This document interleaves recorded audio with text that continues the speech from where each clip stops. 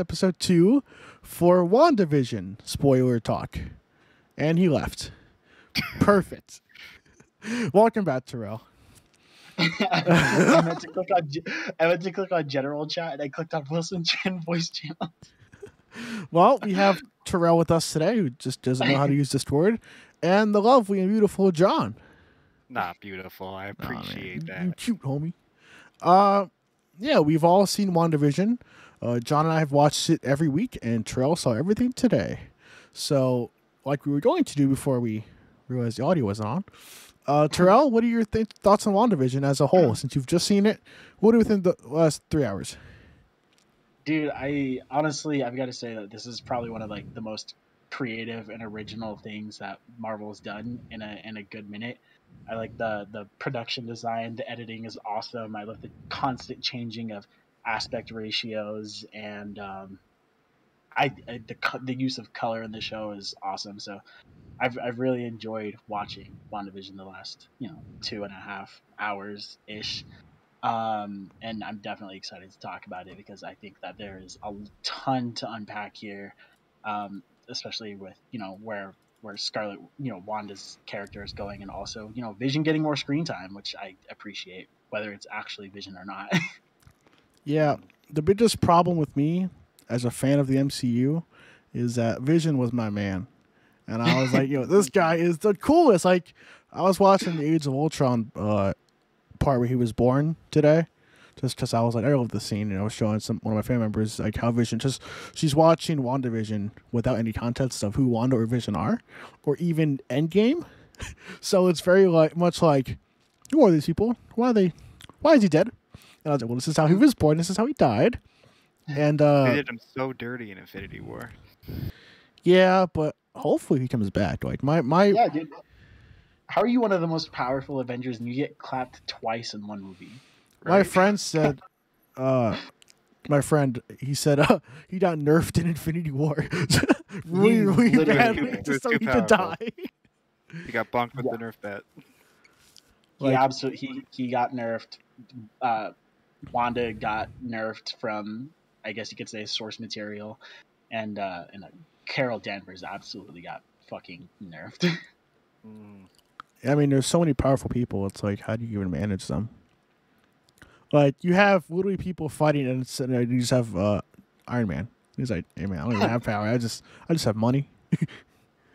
And money is a good superpower. Money is a phenomenal superpower, bro. Are you serious? It's the best ones. So, GameStop would know.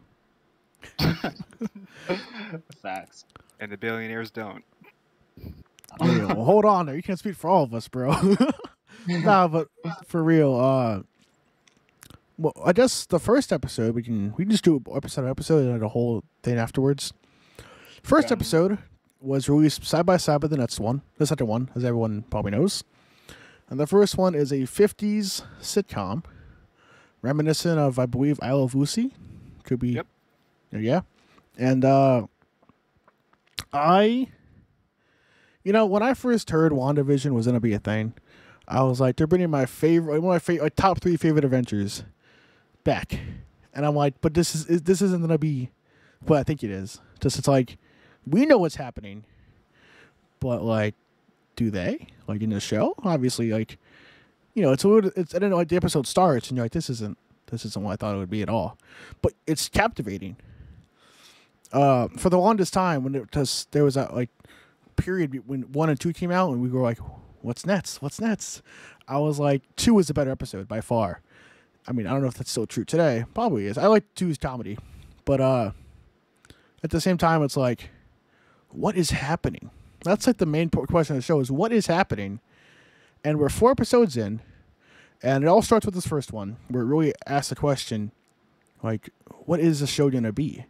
So I guess, what did you guys think this show was going to be with episode 1?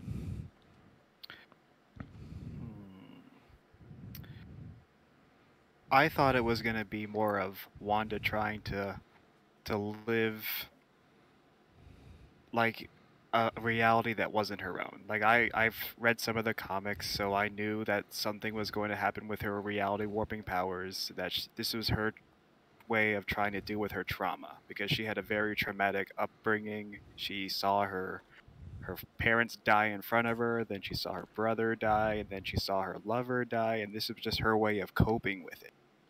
And I believe that that was going to be like the central focus. And living in Sokovia, she probably grew up on watching these TV shows. So in her mind, that's like the perfect world. And she wanted to have the perfect world with Vision, and that's what she made for herself. Yeah, it's kind of think. It's an interesting thing about this as a whole coping mechanism, because we've had different. We had the Marvel universe, cinematic universe, explore different topics and like ideas, but we never really had like a. I guess just be like the poster for mental health from MCU. Because like it's like I said, when the show was first announced and all the trailers came out, it was the whole point of the show was like, this is not what you think it will be. Like, this is not what you're used to. It definitely breaks tradition, and by having this first episode, it just be like, it's funny, it's weird, but it's intriguing, and it makes you wonder what's going to happen next. Like, why is this happening?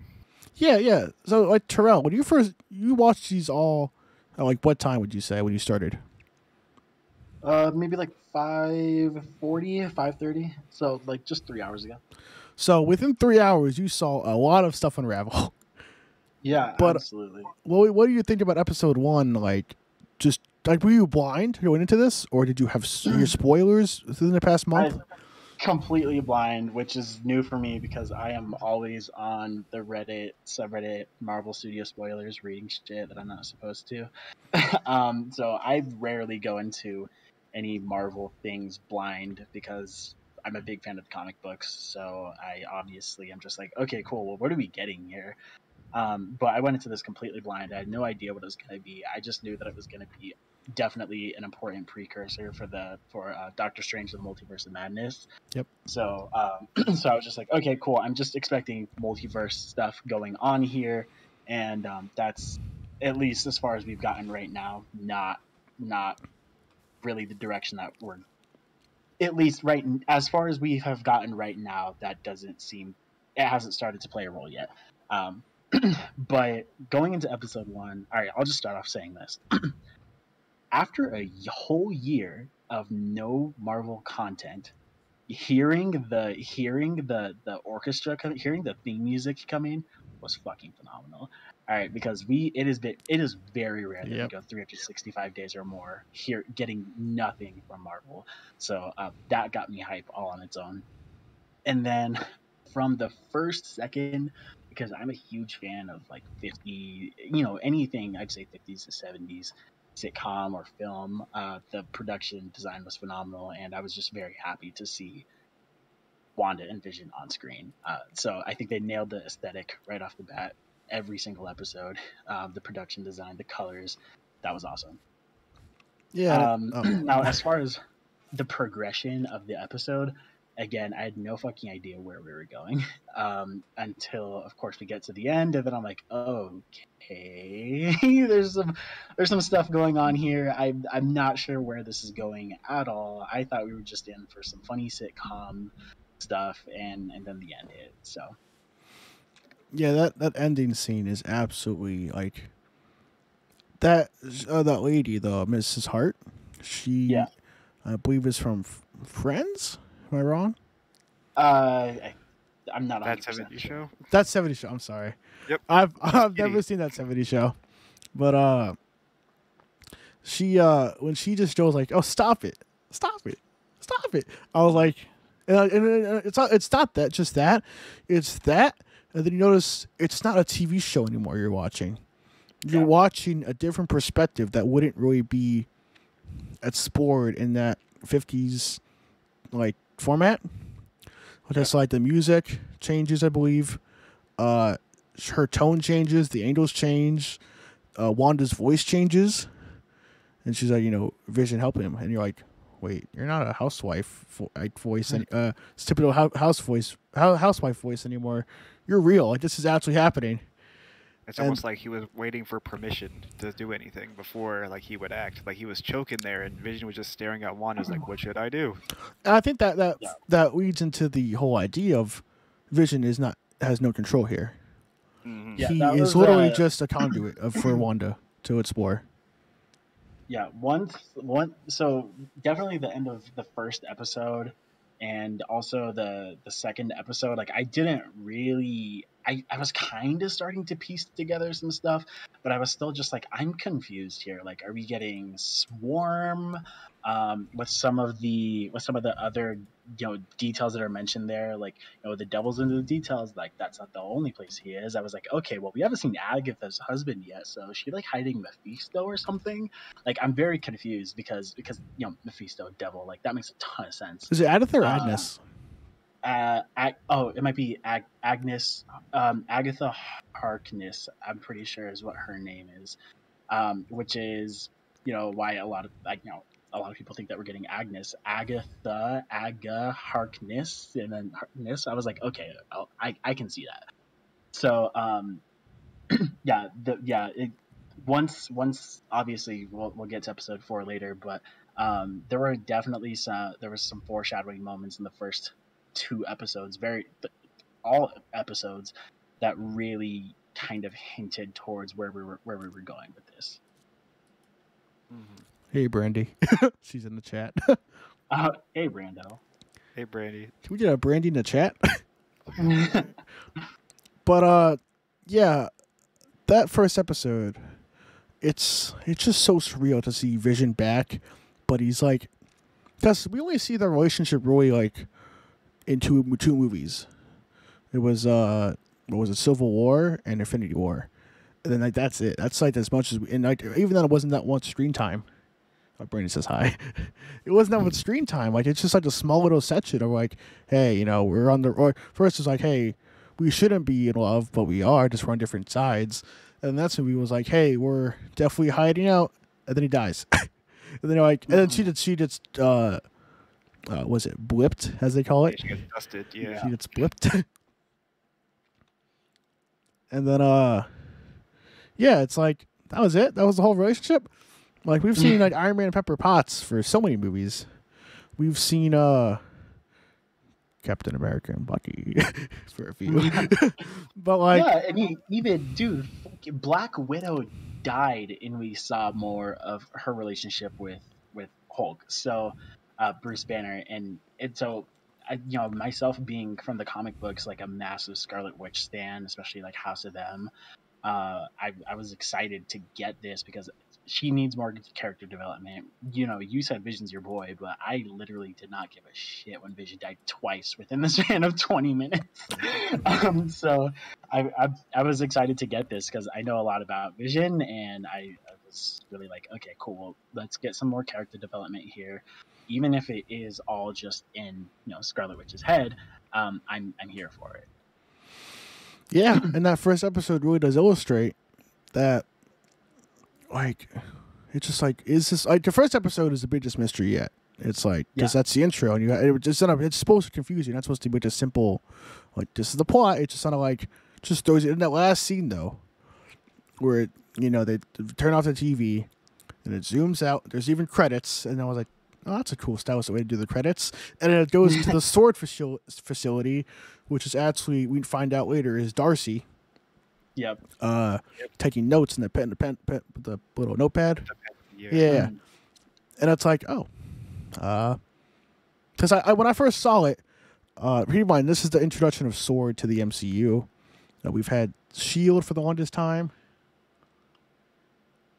I think they were meant to introduce Sword like before, like at Black Widow, but it got pushed back because of the pandemic. Because Black Widow is supposed to take place like in the 80s and the 90s, and we're probably supposed to be introduced there because it seems like everyone really knows who Sword is, like by this previous episode. Yeah, and we'll get into that on episode 4 because that's all about Sword. But like, and then the actual credits started to roll, and then I'm like, thought that was okay. We're doing this, and then when you realize that every episode of WandaVision is 20 minutes with 15 minutes of credits almost. You realized 8 minutes of credits on episode 1 for half an hour. That was crazy. Yeah, just like when I first saw the time. Just I don't know if you know this, Trail or John. John probably knows this.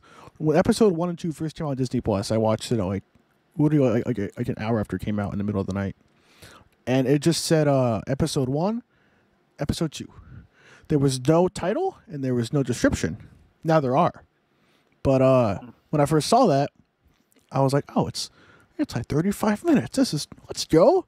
Like, this is like Mandalorian territory for episode length, and it's like, no, it's not. You're gonna get three different scenes basically. You're gonna get Wanda and Agnes. You're gonna get Vision at work. You're gonna get a commercial for Hydra. Oh no, sorry, the Start toaster was the first one. Yep. And then you're gonna get the dinner scene.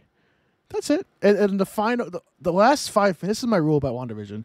The last 5 minutes are what you need to see. Like if you have to go to the bathroom or go to get a drink, you don't want to pause it for some reason, you could, it's Disney Plus. But if you ever have to do that, stay for the last 5. Everything up until then does not matter really until the last 5. And there are some clues throughout that kind of hint towards the reveal in episode 4. I remember to get to episode 4 because I went down. I went back and I read some stuff online, and then I kind of just thought about everything that we watched, and I took some notes down on my phone about some things that are hinted at towards the reveal in episode 4, because I think it's not that it's necessarily important until you look back at it, but in the moment you're like, oh, okay, that's just like a funny joke, and then episode 4 comes around and you're just like, oh shit. Episode 2 has I don't know if you remember this, John. I don't know if have you seen episode 2 today or? I haven't seen episode 2 in a week. Okay, so I've seen all the episodes about twice, if not more. And in episode 2, what we did there, the little advertisement has a big reveal connected to Agents of S.H.I.E.L.D. Sorry, no, episode 3 of Agents of S.H.I.E.L.D. with the little commercial with the soap, or with the blue soap, whatever. That's actually Agents of S.H.I.E.L.D. Hydra plotline. Which, really? I don't know all the details about it, but I do know it is relevant in that season. I think it's really cool that they're trying to bring in Agents of S.H.I.E.L.D. into the MCU in some way, because before they were just thinking about abandoning it altogether. Yeah, well, that's a story for another day. Yes. I guess I'll ask you guys, what was your favorite part of episode 1? Since episode 1, not really much happens in it that breaks the world as episode 4 does, and 3. But what was your favorite scene, part, reference of episode 1? Bro, it's gotta be Vision at work. Vision at work. I agree completely. Oh my god. Definitely my favorite. When he crunches all the numbers, and then he's just like, "Oh, you're like a." He said, "Oh, you're like some sort of robot." I said, "I'm a carbon-based employee. Like, I am a carbon-based life form made from organic material, just like you." And I'm just like, "Oh my god." And then him trying to ask his boss, like, "Okay, but what is the significance of the things?" And he's just like, "Well, we're analyzing our input and output." And he's just like, "Huh."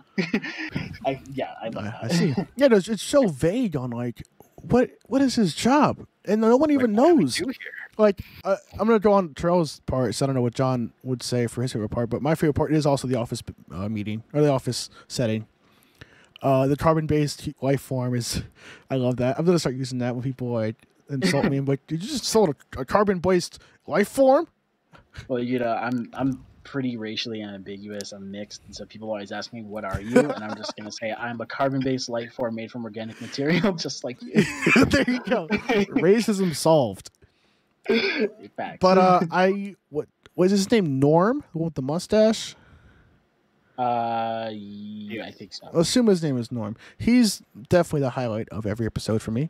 The mustache is the greatest part of every episode for me that he's in. Just like he's after the whole Vision at work, where he's like, he finds out Mr. Hart is tonight. That it's that night for Mr. Hart to come over, and he gets fired. I was to say his name is Norm. I could be wrong if you guys look it up for me. But he's like, I had a quartet. I had a 5-course meal, and all this stuff, and he's like, "Yeah, you're fired. You sucked." It's like, I don't know, I did all I could. And then Vision comes in and has breakfast for dinner, and he's like, "You got the job. You got the job." Which is funny because that also, again, in retrospect, thinking about it now, I'm just like, okay, how did this guy do absolutely everything that he could do while Wanda and Vision had a complete disaster with breakfast for dinner? Yep. And his boss almost died, and he did just fine. And it's just like, okay, well, how is everything going perfectly for them? And that's still just, again. And the sudden abruptness of joking, and Vision intervenes. And, oh, gotta go. Sorry, time for bed. Mm-hmm. But yeah, John, what was your favorite part though of episode 1? It had to be the office scene, just like you guys. I mean, it was just too much comedy, you know? Yeah, I mean, we don't see that it's classic, black and white era TV comedy. And back then, it wasn't always funny. Today, it's not always funny if they try to do it, but this was done well, I think. I agree. I do like also the part where the neighbor Agnes comes over, and thank you, Cheryl, for that comment. And she's like, "Did you know single men are more likely to die than married men?" And then Mr. Hart comes over, and she's like, "Did you know married men are killing divorced men? What was it? No, married men are killing single men. Single men at an alarming rate." He's like, "What?" The translation that is so funny. And then the Sokovian greeting. Yeah. Is that my wife behind me? It's a pleasure to make your acquaintance. Yeah. I mean, I know episode 2 is probably the funniest one in my opinion, but this is definitely a great start into that 50s. I don't think we'll ever see the 50s again or any era again. Really, I don't think so either. I think they're going to be going through a progression like through the different eras of like TV in general. Like they're stopping with we're at the 70s, and the next one's probably going to be the 80s when we actually do come back to the TV show. Yeah, I don't know if the last 2 are going to follow that formula, because there's got to be something big that's going to happen. Mm-hmm. Well, I mean, my prediction is definitely that episode 8 and 9 has to be the 20s, and that's when this whole illusion starts to fall apart. Yeah. Well, and then hopefully we get House of M, baby. Let's go. I guess for those who don't know House of M and aren't as educated as people as you are, like myself, describe House of M in a simple way for all of us. Wanda fucks all of human existence, and Apocalypse shows up and claps the X-Men. There you go. You heard it here first. Say what? You heard it here first. They make mutants better than normal humans. They elevate them above everyone else, and the House of M is basically the House of Mutants that Magneto is the head of. Yeah, I know a little bit, but haven't really read it. But if this is the storyline, it definitely sounds, from what I've read and from what you guys have said, it does sound like an interesting storyline. You've got to check it out, man. Like I said, I am a Wanda stan forever. She's easily one of my favorite Marvel characters, top 5, if not top 3. And it's worth a read for sure. Well, you get actual Apocalypse. You don't get this. Hey, let's go. You get actual Apocalypse. Apocalypse is supposed to be broken beyond all relief, and the Apocalypse that we got, when Sony was handling X-Men, was an absolute fucking travesty. Mm-hmm. Fox owned it. Sony did Spider-Man. Oh, Fox. Yep. Not that it matters anymore. No. But it's kind of funny that 2021, where we might get Apocalypse. Who knows how this show's gonna go? But DCEU is gonna have Darkseid now, and the Snyder cut. Oh, Justice League. So it's like the redoing of these big bads almost. But yeah, that was definitely episode 1. It's great intro. But episode 2, I think really, really did a good job of capturing more humor than the first one. It has that scene with Dottie and Wanda that you find out in episode 4 was really happening. And just more questions are asked in this one. And there's still no answers at this point when it came out. But episode 2 is about for the children fundraiser, and they have to do a talent show.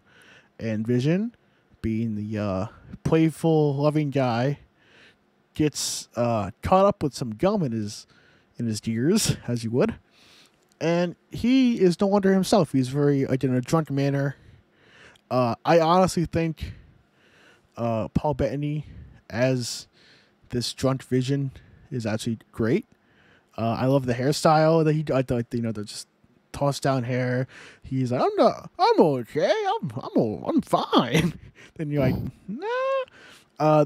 We did the introduction of the beekeeper, which is actually a hazmat guy from Sword. And we also get introduction of Color and the helicopter drone that is in 4. And a lot of stuff happens that builds up into the next 2 episodes. But yeah, what do you guys think about episode 2 though? The Set Sees one. I thought there was a lot of like you said, foreshadowing to episodes 3 and 4 with the For the Children episode. Seemed like that was like Wanda's subconscious saying how she wanted to start a family with Vision, and then when we get to episode 3, we find out that she actually is getting pregnant. Even though you don't see any kids like in the whole entire town, everyone wants to do things for the kids. I never realized that actually. There's no kids in the town. Yep. So I just think it's a very good foreshadowing episode. What do you think, Terrell? Absolutely. Well, I'll say episode 2 is definitely one of the funniest. With Vision's meeting with the Neighborhood Watch. The talent show is phenomenal, but then the end of the episode is obviously, again, like John said, where a lot of foreshadowing really comes into play. Episode 2 is kind of where I felt like I started to have an idea of what was going on. Agatha started to have, I think, a lot of agency in the story, and I think that she's going to be extremely important going forward, obviously. And then the ending, again, those last 5 minutes were really kind of key to figuring out what's going on here, what's going on with the drone, why is there color starting to be involved, and that's when it really started to figure out, okay, we are... So there's clearly some sort of atmosphere here that's being infiltrated. That's so my theory after I watched episode 2, I took some notes down and I wrote that Wanda seems to be the only one really aware of things infiltrating their perfect life. Like Vision's curious about it, and I think that's kind of he's probably still dead. All right, like I'm not sure if he's dead or not, but he's clearly at least sentient enough that when he comes across something that's unusual, he's intrigued by it. But for the most part, Wanda seems to be the one noticing everything here, so she's in control. And I think that the biggest hint at this is when Dottie cuts her hand at the end of the episode, and it's bleeding, and she's freaking out, and she's asking her, like, who are you? And this is kind of where I start to think, okay, well, these people around her are very confused by Wanda being here. And so they must not be from here. Like, this can't be a real place. And Wanda doesn't give a shit that Dottie just cut her hand because she's selfish. And all she cares about is her perfect life. She's interrupted by the radio. I'll just say the radio. And then she just moves on because she doesn't want to be disillusioned. So episode 2 is one of, I think, the creepiest by the ending. She doesn't care that Dottie cut her hand. Again, Agatha, I think, is important here. She's at least somewhat aware, as we start to see later on. And Wanda's illusion is being slowly infiltrated. Yeah, and I did do some research while you were talking. We've been calling her Agatha and Agnes. It is actually Agnes. It's Agnes. Agnes Harkness, right? She doesn't have a last name, I believe. Bro, I'm telling. So her name is Agnes, but she has to be okay. The reason why I call her, she has no last name. Everyone else but her does. Okay, well, that's exactly which is part of why I'm like, okay, this has to be somebody else. So my theory, because this hasn't come across just yet, is that Agnes is Agatha Harkness, and I'll get to that later on why I think that Agatha Harkness is a magic user in the Marvel in Marvel. I keep calling her Agatha because that's what I think she is. No, it's okay. But, I just wanted you to know. Agatha Harkness, but Agnes. So Yeah. Agnes, I think, starts to get some more agency here. She grows. She's still very involved in everything going on in Wanda and Vision's life, and she's getting a little curious. I think she has some awareness. Yeah. John, what's up with Yes? episode 2?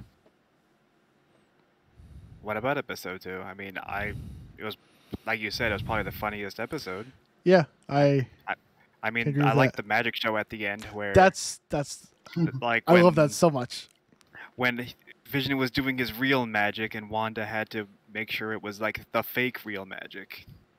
And I think that was the first episode that we were introduced to Monica, if I'm correct. Yep, that is the first appearance of Monica, because she has no idea what she's doing there, but she's just there. Mm-hmm. I'm looking for what is his name?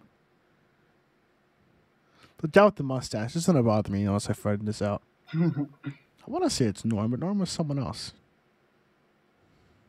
No, Norm is the coworker. And it doesn't matter.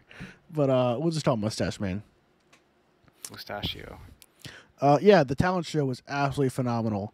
The whole drunk off gum thing, I think was. I actually liked how they do the cartoon part, where like Vision like has the gum and it like goes through his throat, and then it's like, oh, he has gears. Just of course in the '60s a robot would have gears, you would think. Well, that's how it was always portrayed, like in the Jetsons and everything. Yeah, and that's a really interesting stylish choice to include. But the neighborhood watch, that was great. He's like, well, Norm's a communist, and he's like, he's just so straight faced. It's like, what? He was absolutely serious. Yeah, he knows nothing about this man, but he knows he's a communist. The whole, what do you call it? See with the radio, that was crazy. We find out who that was in episode 4 and why it's happening. But when I first saw that, I was like, okay, there's someone's trying to contact her, but good or bad is my question. We find out later it is good. So I thought one something thing was like trapping her in there. Yeah, that's another thought. I thought somebody was trapping her in there, or that there had to be someone else, another sorcerer involved. One thing that I noticed later on is you can actually see, even though this man turns into a beekeeper, he actually has the sword logo on his back. Yeah, I didn't realize that until I saw it. And once I realized that, and because at first I was just watching this and I was just like, okay, like what villain is this? I'm like a little bit confused. And then Wanda says no, and she rewinds it, and I'm just like, okay, so, but somebody can't be keeping her here. If somebody's keeping her here, there's no way she could just willingly rewind everything. Like, that's impossible. Not impossible, it's Marvel, but that wouldn't be very likely. And then so I rewinded it, and then I'm like looking at it, and then I realized, oh shoot, this has a sword logo on him. And then I was like, wait, hold on. And then I rewinded it again, because when I saw the helicopter, I was just like, okay, like this is something coming into reality, but what is it? And there's a little sword on that as well. So then I was like, okay, sword definitely has something to do with this, or they're trying to contact her because she's an Avenger. There has to be something going on in the outside world. I don't know what's going on here, but that's when I kind of realized, okay, Wanda's in control. Yep, I Pretty couldn't much the agree more same with that. thoughts. That's now when I first saw the copter, I was like, Thanos chopper, he's back. This is the only explanation. Thanos is back. Thanos truck and Thanos chopper, episode 5 and 6. Let's go. But no, we actually find out it is a drone later on, and it has been stylistically changed to match a production of Wanda's mind. But that's what I was saying with the radio. When I first heard the radio intermission, I thought she was like, he said, like, Wanda, like, is someone doing this to you? I thought, like, the first thing that came to my head is maybe she's in some sort of like coma of some sort. Maybe she had such a breakdown. Because keep in mind, here's the timeline of Wanda. She meets Vision. A few years later, they're together. Then he dies a few years later. Then she immediately gets killed from Thanos, or she gets blipped. So there's no, like, when she comes back to life, like, as we find out in episode 4 how time works with the blip, he just died. Like, literally, right, like, she comes back to fight in the portals fight, and it's like, oh, he just died like 5 minutes ago. Like, he's just dead, like, as of, like, literally 5 minutes to her. Time was nothing to her. That's why when she fights Thanos in Endgame, she's so full of anger and stuff. She never had time to reflect or grieve. Like, that's her. Like, you took everything from me. Yeah, you did it like literally 5 minutes ago, dude. This is literally brand new. But I mean, to this Thanos, he doesn't even know who she is. He doesn't know that. Because it's a different Thanos. But still, like, to her, it literally just happened all in the same day. No, the same hour, actually. So what I was trying to get at here is that I thought maybe she just had a mental breakdown. Like, just, like, in her mind, everything was going fine. They were on the run, together still. Then he gets stabbed. Then he dies. Then he comes back to life. Dies again. She disappears.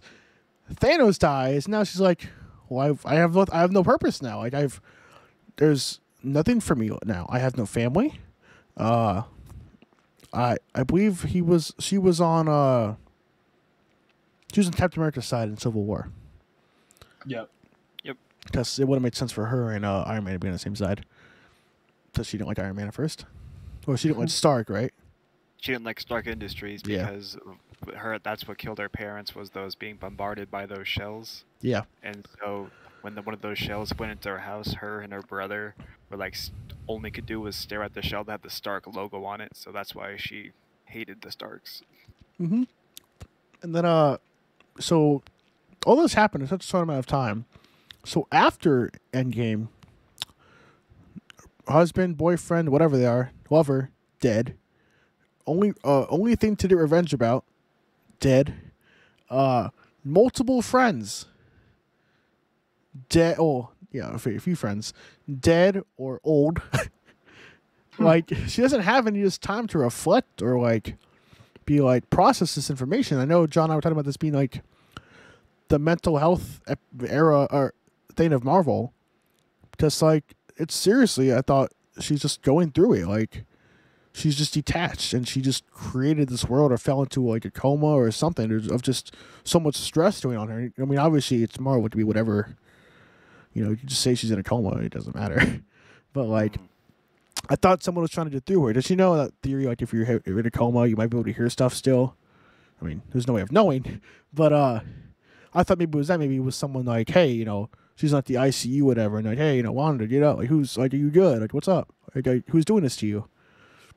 But I thought it was Hydra doing it because of all those commercials having Hydra imagery in there. You know, I thought the same, but I mean, as of now, that's not the case.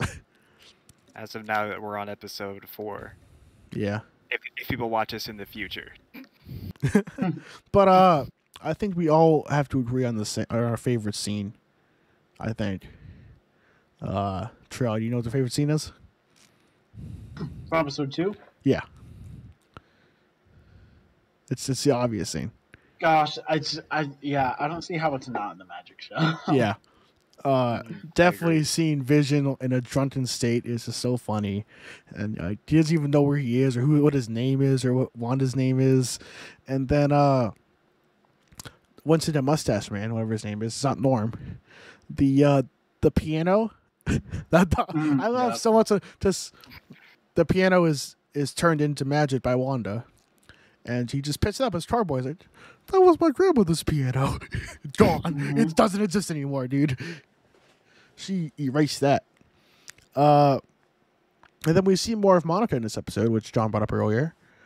Monica really doesn't know what she's doing. She's very like, I don't know. I'm just here. I don't know. And we find out more about that episode 3 and 4. But like at this point, I didn't know that there was other characters in the WandaVision poster on Disney Plus. I didn't realize there was people in the top corner until episode 3 when you see Jimmy Woo, Darcy, and Monica. I was like, this was here the whole time and we just ignored it or just didn't see it. I just so clever marketing just to literally put people in the picture and just people like didn't even see it. Well, one thing. Actually, this is in the next episode, so I'll get to it in the next episode. Well, I think that is, except for the beekeeper and then the pregnancy, that's basically the whole episode. Wanda becomes pregnant at a very fast rate, turns into the 70s, and the house changes too, which is interesting. It's every episode's a different house also. Same neighborhood, different house. So, huh? One thing that's definitely caught my attention starting in episode 3. Obviously, that's when in episode 2, I kind of thought, okay, well, is this like following the same storyline? Is Vision having the same job, or is Wanda still hanging around the same people? And in episode 3 is when I started to realize, okay, not everything is the same in most of these episodes. Like the common denominator is just a few of the characters, and this is when I started to realize, okay, well, there are certain characters that are recurring themes, and they have to be significant in some way. And Agnes is one of them, which again is part of why I think that she's gonna end up being probably a villain here at some point.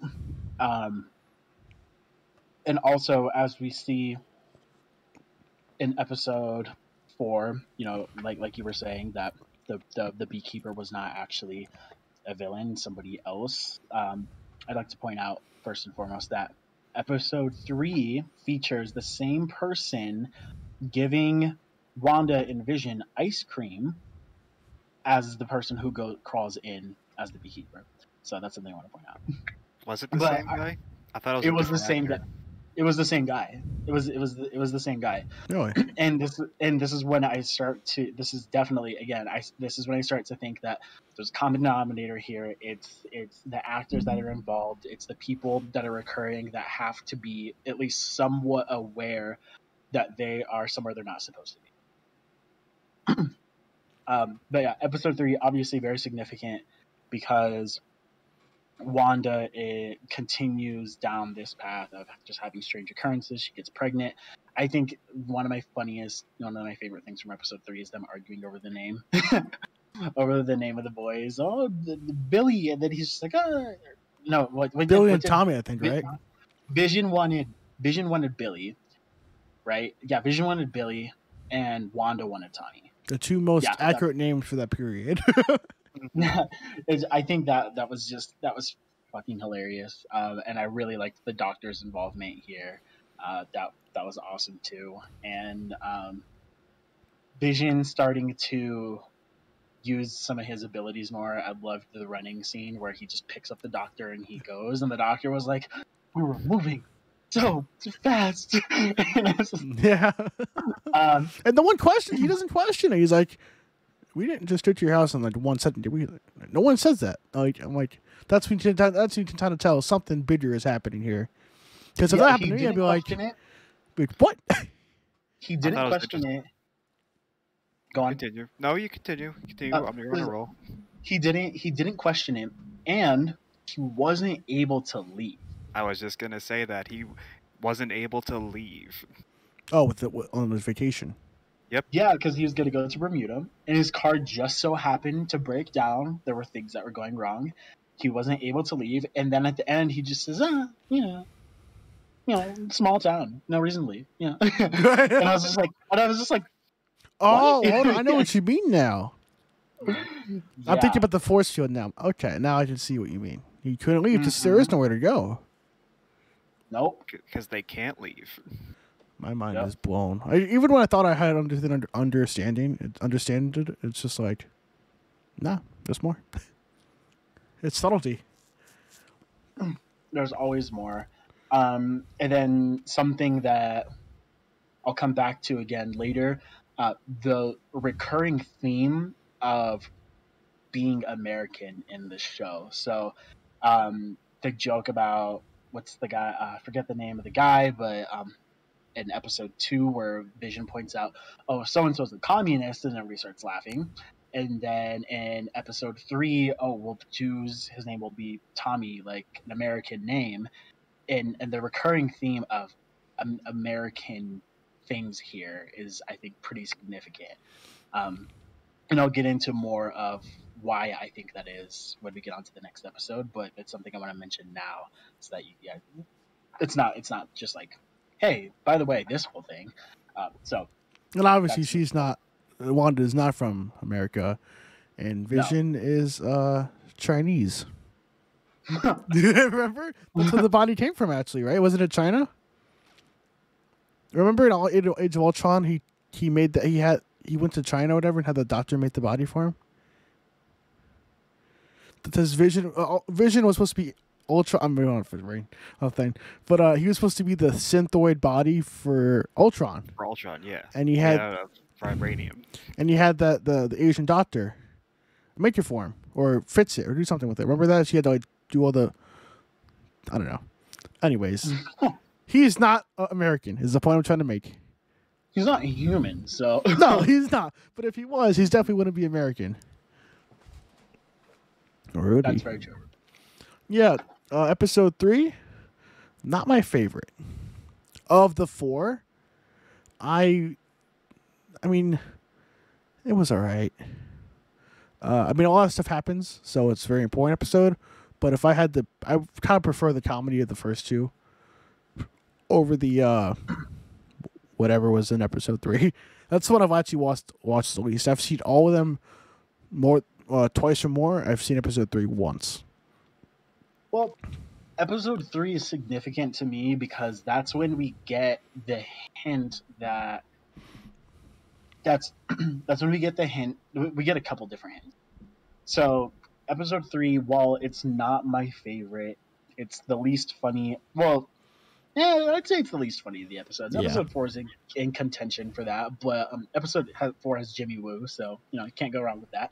As Roddy Ricch said, Pop Smoke. Episode 3, I really appreciate the end. I think that's probably one of my favorite endings, and the reason why is because we get a glimpse that it is somehow possible to leave, but we don't know how.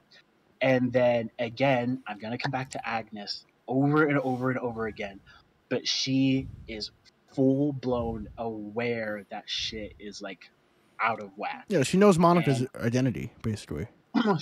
She knows who Monica is. There. She knows who Monica is. We still again have not seen her husband, which trips me out because she constantly mentions him. And what's the and in writing there's a concept called Chekhov's gun. And it says that if there's a gun that appears in the first act, it must fire by the third act. So I think is like a perfect explanation because she keeps mentioning her husband. We haven't seen him. He looks better in the dark. All sorts of things that you're just like, okay, well, who is her husband? Because obviously her husband's important, but we don't know why yet. And she's aware that Wanda is different, and she's aware that Monica wasn't from here. She just showed up. She doesn't have a home. Blah blah blah. Well, how do you know all of this? I mean, you're paying attention. You're making observations that nobody else is making, without being around Wanda and noticing that reality is falling apart.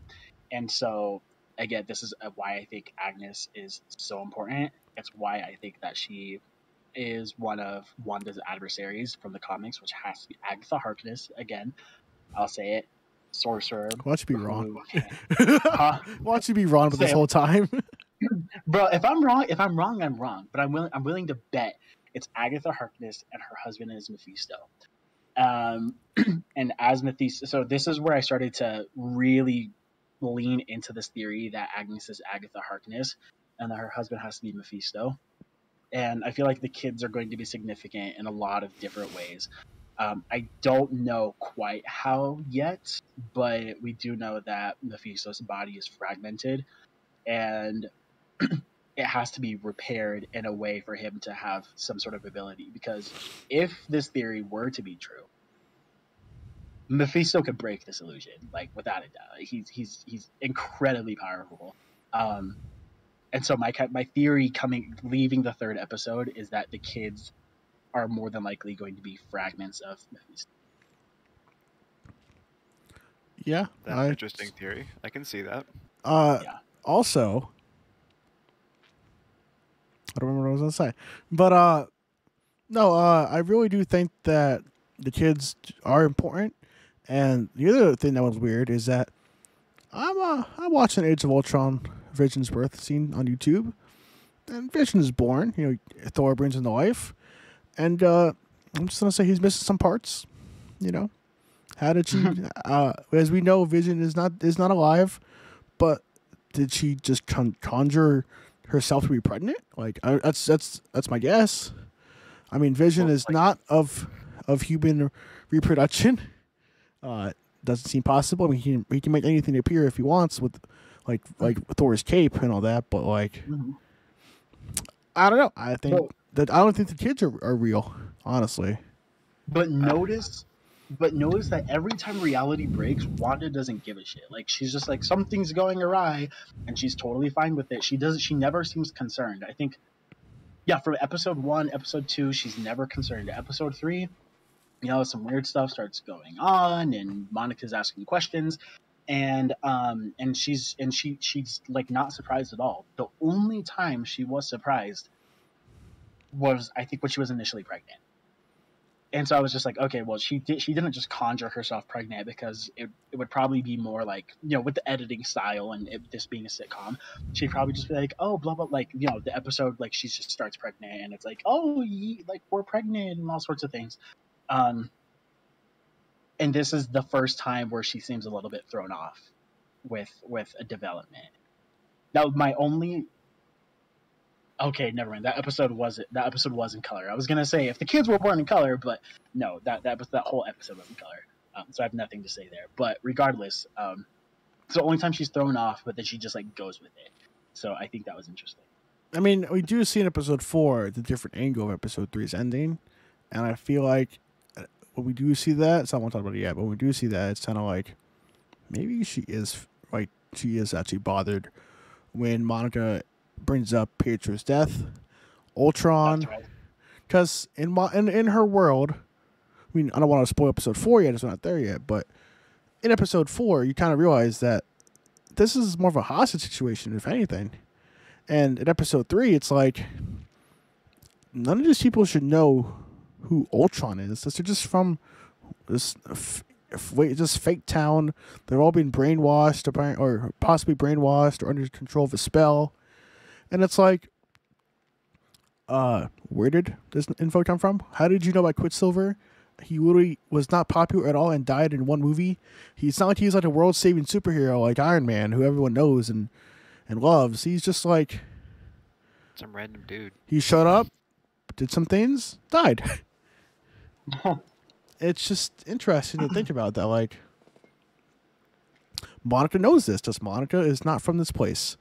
And in addition to what you're talking about Agnes, Herb, the other neighbor, acting very strange this episode, was cutting through the brick wall, concrete, whatever wall, as if it was normal. That part definitely was interesting.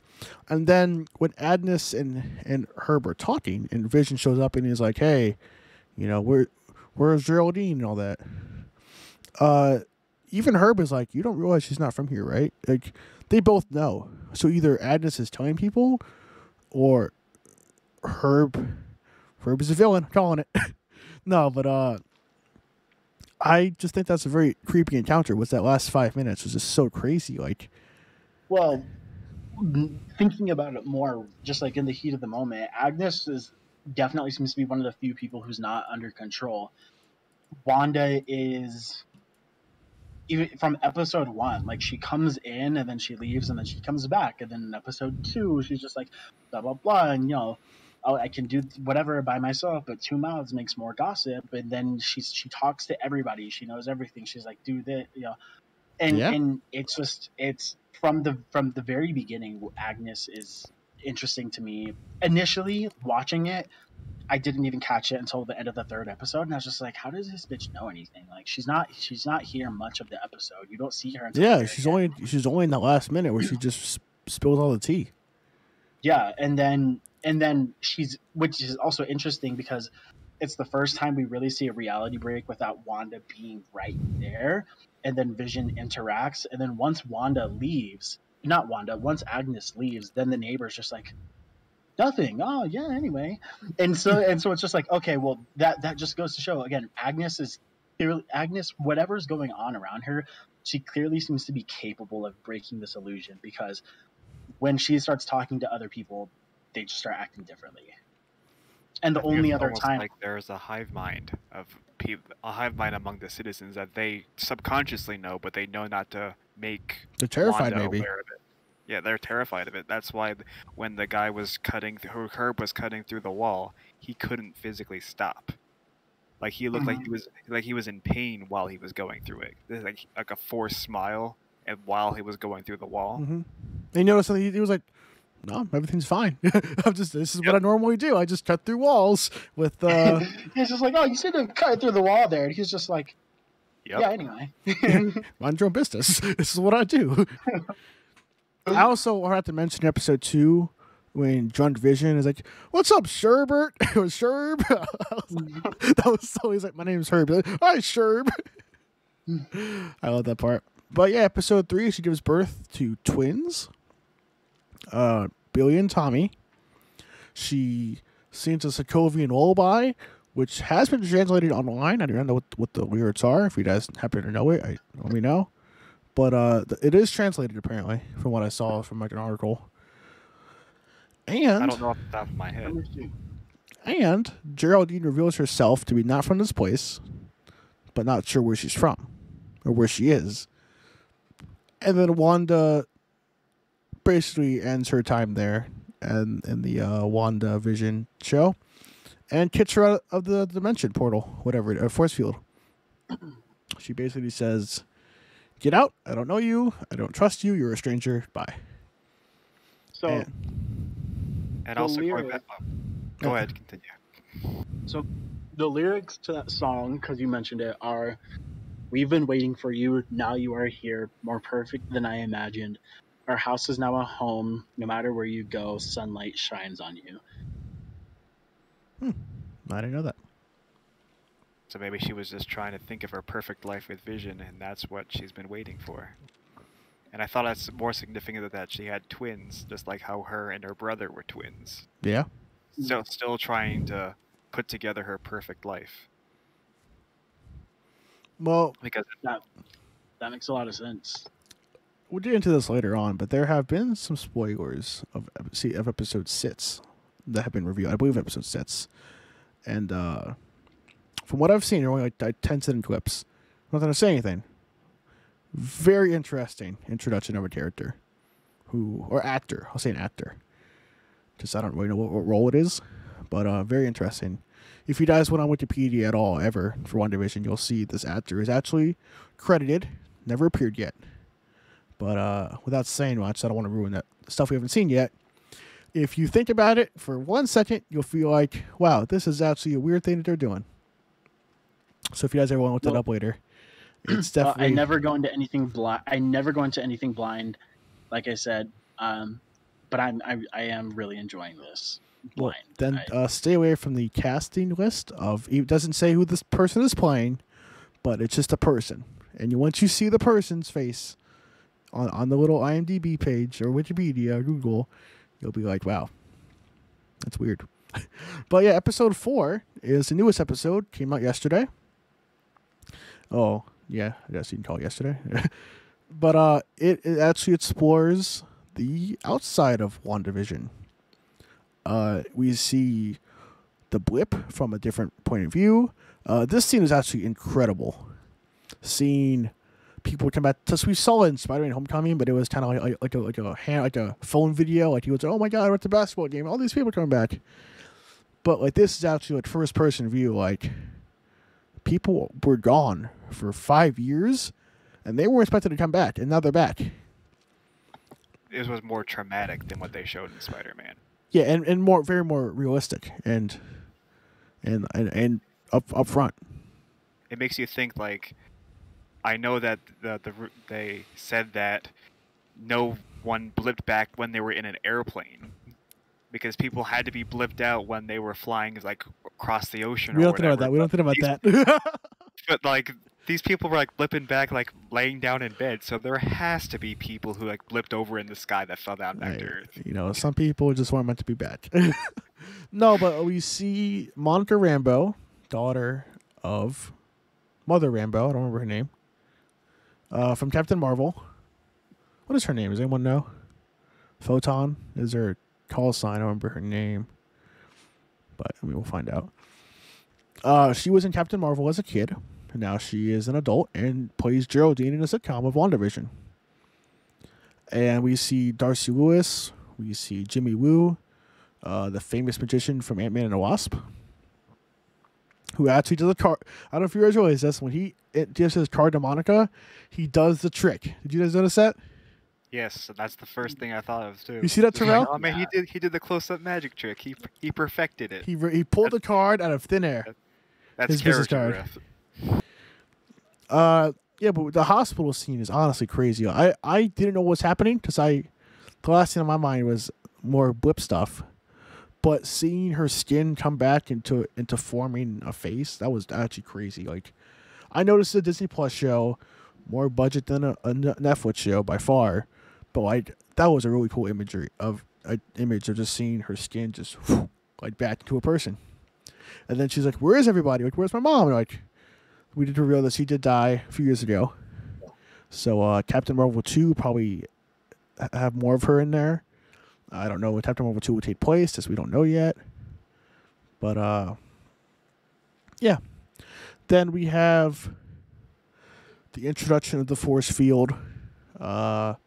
We see Monica go into it, get sucked in, actually. She didn't walk. She got, like, pulled, which I think is interesting to note. And we see all the behind the scenes of the first 3 episodes. We see who's at the end of every episode, who was on the radio.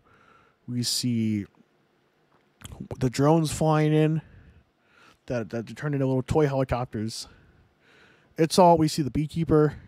It's all coming together in a weird, but yet still mysterious way. And I feel as if while this episode showed us a lot, it showed us hardly anything. We still have no idea what these next 5 episodes are going to be. And I think it's crazy. Going back a little bit, when she went back to work the first time, I really got bad vibes from director Haywood. Like, I know that he's going to be, like, he has a bigger role to play. Like, he might end up being the villain of the show. I don't know about that, but he's no Nick Fury, let's be honest here. No, Nick Fury would have had he would have had it under lock. He would have had both eyes on it, really. Think back to when they were sending the beekeeper guy down into the sewer, and James Woo wasn't very like thrilled with the idea. Mm-hmm. He says, "How do we know that it doesn't extend down to the floor?" Because we'll find out. And then director just like coldly said, "I don't think it does." So he knew something more than he was laying on. He could just be a dick, but that's always a possibility. But I think you're right. I think there's more than this than we think. Also, if you think back to The Office, if you look at his diplomas, it's also shaped like a hexagon. What? If you look back at The Office, all his diplomas in the background, they're shaped like the hexagon. And that's like a big theme in I didn't the notice show. that. Yeah. Like, I think that possibly he knows a lot more than what he's leading on. Interesting. Which is funny because... which is hilarious because fucking Jimmy Woo back at SWORD, the response base, writing on the whiteboard like a fucking Redditor in a discussion thread. Buy GameStop. And he's like, and he literally writes, he's like, why Hexagon? I think he was writing down the questions that we were all thinking about. I've seen that. It's a meme actually now. It's like, why sitcoms? Why hexagons? Why is Vision still alive? Yeah, why is Vision still alive? Which is funny. And then I love the scene with him and Darcy, and they're talking while watching the actual sitcom, and he says, and what, or maybe I think maybe Darcy says it, and she's just like, so the universe just decided to create a sitcom starring 2 Avengers, and then I'm just sitting here and I'm just like, yeah, Yep, we did do that. Yep, we did do that. Yeah, no, there's a lot more comedic moments here than I thought. Going back to Monica going back to work, or actually the unblipping, it's crazy to think that when she goes back to work, Thanos could be beaming down at Earth right at that moment.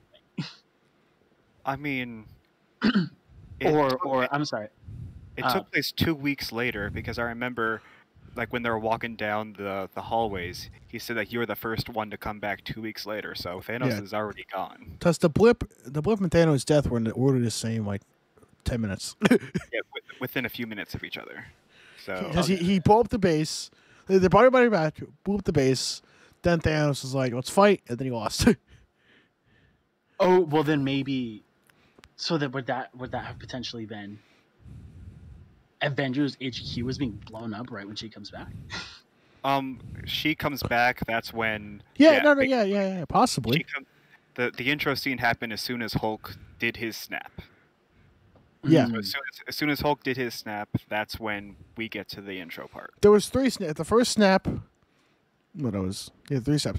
First snap was Thanos in Infinity War. That happened 5 years before. Second snap was Hulk. That happened as soon as Avengers HQ, right before Avengers HQ was blown up. That's Hulk received the phone call right at the time. Yep. And then snap 3 happened like less than an hour later when they killed Thanos. So 3 snaps, 5-year difference, and then like an hour difference. So then Monica's mom died 2 years before the second snap. She died after the blip. Yeah. She died after the first snap. So she died. So she died somewhere between the first and second snap. Second snap happens. HQ is blown up, and then Monica's in the hospital losing her shit, thinking that she fell asleep for 20 minutes, and her mom died, and then wow, what a fucking crazy turn of events, man. So, oh wow, okay, yeah. And then 2 weeks later, she goes back to work. And speaking of going back to work, there was a nod to Monica's superhero name. Photon? One of the no, Monica's is a Spectrum. Okay. But there's one of the newsreels is named Spectrum News. Oh shit. Her name was Maria Rambeau, by the way. The mother. Maria? Yeah, the friend of Captain Marvel, Air Force pilot, captain. And also another thing I noticed was when they were using the tiny drone, it was the same colors as Captain Marvel. The sword one? Yeah, the sword model, the one that turned into the helicopter that Wanda the toy was holding. Yeah, turned into the toy. That was the same colors as Captain Marvel. So it looks like Mariah really like adored Captain Marvel in general. Maria. So yeah. Mariah, whatever. I think it was Mariah how they pronounced it, but no, it's I don't Maria. remember. It's Maria Rambeau. Maria. Yeah. But she really just shows how much she adored her, so she put all of her color schemes on things. And we'll probably do an explanation to this in Captain Marvel 2. Oh yeah, definitely. I think it still takes place before. It's on a. It would have made sense to take place after Endgame. There's no big villain.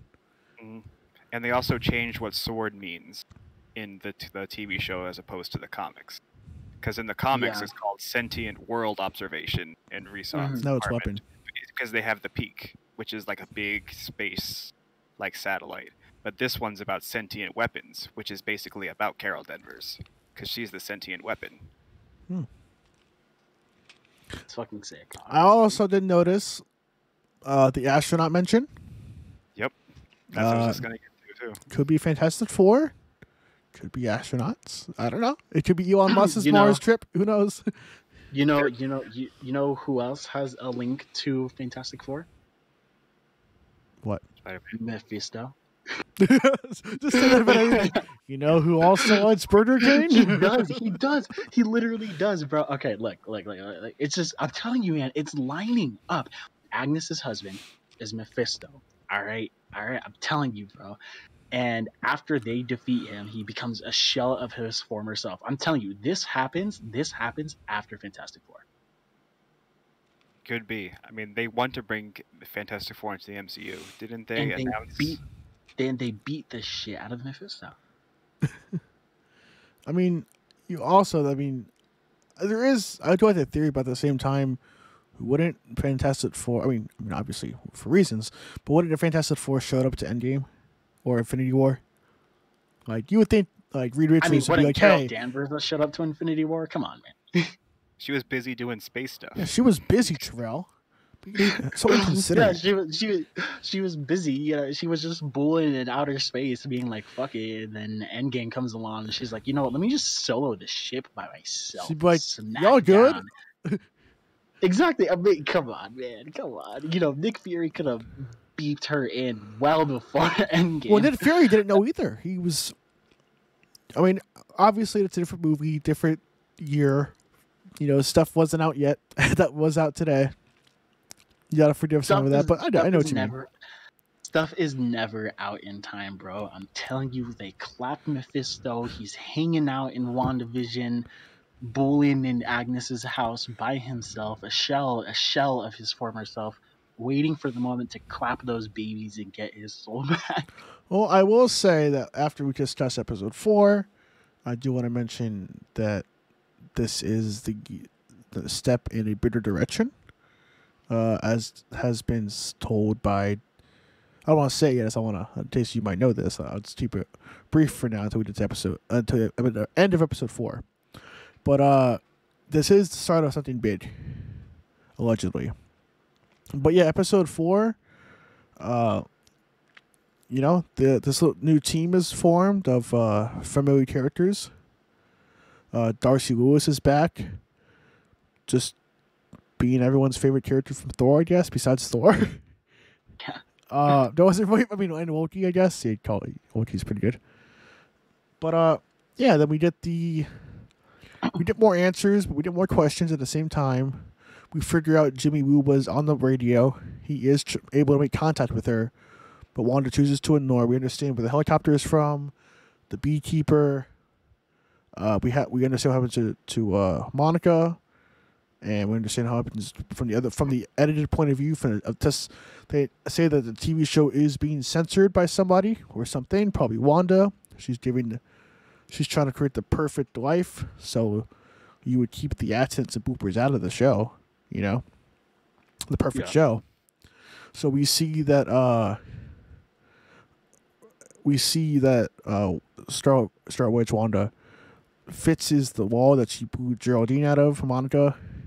She then is greeted by Vision, and we get the heartbreaking reveal that, yes, Vision is still dead. He's still dead. He's a corpse. And he's missing the Mind Stone, and he's now what people would call a gray Vision, but really he's just dead Vision for now.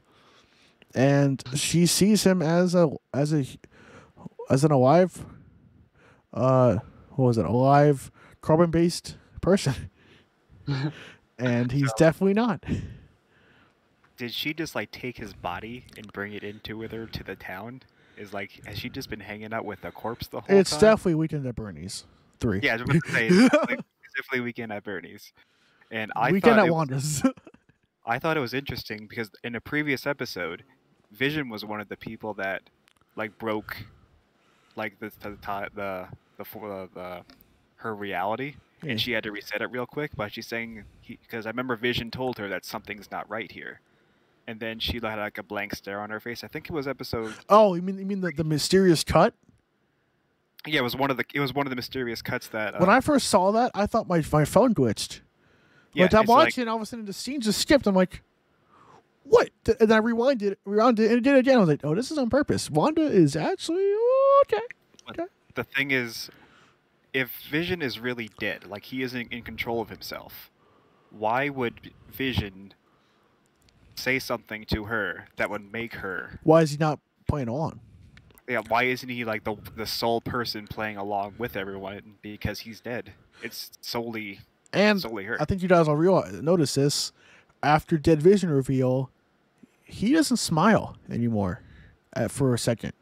Remember, where he's a happy guy. He's just like, I'm just here with my wife, just having fun, living my life. And I don't question it. Episode 3, he questions it. Episode 4, Dead Vision reveal. Then she's like, everything's perfect. I have everything under control. Everything's fine. And then he doesn't smile for a split minute. He does not smile. He looks very worried. And then he's like he does the biggest fake smile in all of Marvel history. And then he sits down on a couch and he's like, all right, that's our episode. He stares at the camera. Yeah, I mean, once again, I've seen some stuff that you guys haven't seen, and I kind of wish I didn't, but whatever. It's what it is. I think we're onto something with that. I think Vision is definitely going to either come back or wake up or from something, or I mean, I think he's going to be the catalyst of many changes of Wanda's reality. Well, I agree, and I think Terrell will agree that I think that Vision is going to play the same role as Wolverine did in House of M. Yeah, absolutely. That's what I was thinking. He's going to be the one that's going to be running around and wake everybody up. Because we saw in the previews, like before the series even started, that I think he was the one who... I forget, who did he wake up? Who was driving that car? I'm not going to tell you, because Charles hasn't seen it, but okay. It's somebody. I'll tell you after. Okay. After. Well, but it was that doesn't preview, so I didn't think it was a spoiler. What? Nothing. Never mind. Let's continue. No, I'll text you all after. I'll just tell you because I know what you're talking about. I've seen that like a few times, and I've actually seen the whole clip almost. But yeah. So that was episode 4, the not WandaVision one. Really, it's definitely the sword episode. Well, one thing I'll say definitely about, because you mentioned a lot of stuff right at the end. I think one of the things that really stuck out to me is the fact that there are lost episodes or clips that were missing from what we watched, which I think is really interesting. Yeah, like cuts. And episode 4 just happens to be the first time that we see it, and I'm curious what else we missed, if anything, because there's got to be some other things that are involved here. One thing I do think that episode 2 Beekeeper was a left-in cut perspective, and so was the choking of Mr. Hart. Like the whole stop it thing. I think that was supposed to be cut, but we didn't really. But she kept it in. So I think episode 3 is the first time, other than she sees the sword symbol in episode 2, the helicopter. Episode 2 and episode 2, and then in episode 3, she so episode 2 hears Jimmy Woo's voice. Episode 3, she realized that sword has definitely infiltrated because she also points out Mariah's necklace, Monica's, and then Monica's necklace. And then episode 4, she cuts, obviously, her kicking Monica the fuck out of there, which I'm just like, okay, well, that's pretty insane. So she's fully aware, I think, at this point, that sword is infiltrated. Or someone has. And then also looking at Dead Vision reveal. Here's part of what I'm talking about. When I was saying, okay, there's definitely some foreshadowing in the earlier episodes. So I think that it's looking back. So obviously we see that Vision's missing the Mind Stone. His head's fucking blown apart. It's been Thanos. Episode 2. He says that he has an indestructible head, which that was episode 1, right? Which is my husband an indestructible head of his, and he's like, not from my head. Yeah, I was like, okay, yeah, for perfect life. fucking hilarious. So I'm just like, okay, did Wanda try to give him an indestructible head because she's Oh my, got PTSD? Terrell, this is PG-13. Oh my gosh. Yeah, she's got PTSD, so she's just like, he's got an indestructible head. Ha. No Like, flaws in this guy. yeah, so there's some stuff there, and then also one of the reasons. So I think it's important when Darcy points out, okay, well, why a sitcom? Or Jimmy Woo writes, why sitcoms? And obviously, as we know, not WandaVision. Jesus, Wanda grew up she's not American, Slovakian. And this is what I was talking about earlier. There's a huge emphasis on American life here. She probably grew up watching a lot of these American sitcoms. And that's why she's like, okay, well, a good American name. And, Vision makes the joke that somebody's a communist and all sorts of things. Of just like, does she view American sitcoms as kind of like the ideal way of life? I mean, there's so many American sitcom idols playing roles in this show, and there's a huge emphasis on American life. And I think that there's just, again, she's idealizing what she wants her life to be, because obviously, as you know, she didn't have the best upbringing, and I think she's kind of or the best, the best life in general. God, she just dealt with so much shit, A lot of trauma. And, she's kind of trying to remedy. Yeah, she's kind of trying to remedy that. Yeah, no, I think She grew up poor in Sokovia, and that's what all people in third world countries today, they see like the perfect American TV shows and think that's how a perfect life would be. Yeah. One thing that was interesting. I did pick up on earlier, though, when they were just that solidifies that Wanda is the one who's making this world. When they were talking about the cosmic microwave, the CMBRs that Darcy picked up, that's the energy from the Big Bang. And the Big Bang is what created the Infinity Stones. Yeah. And I think that Wanda's powers comes from the Mind Stone. Am I right? Reality Stone, right? Well, I think one of the stone. I think it was the Mind Stone because they used the one from Loki's staff. Oh no. Because I think that's the one that they had, Hydra in general. But yeah, you're right. It's the Mind Stone. Her powers it's the Mind Stone. Yeah, her powers are stone based, and I think it giving off so much of that CMBR that she is the one who's creating the reality. It's not like from like Mephisto. It's legitimately from Wanda. Oh yeah, absolutely. And Monica says it like right at the end. She's like, "It's Wanda. It's all Wanda." It's all Wanda. And so yeah, no, without a doubt, she's creating this reality. I think it's super interesting, and I think as we go forward, she's just gonna lose her shit. I mean, she's already starting to just have more breaks in the reality. She's starting to, I think, with so many intruders coming in.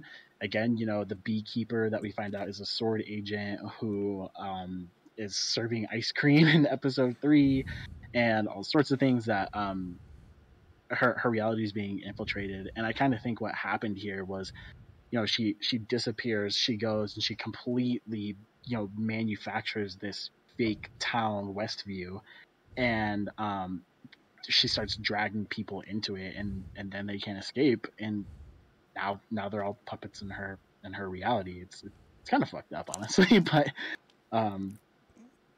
yeah, it's crazy. I did what I meant. Oh, you can go.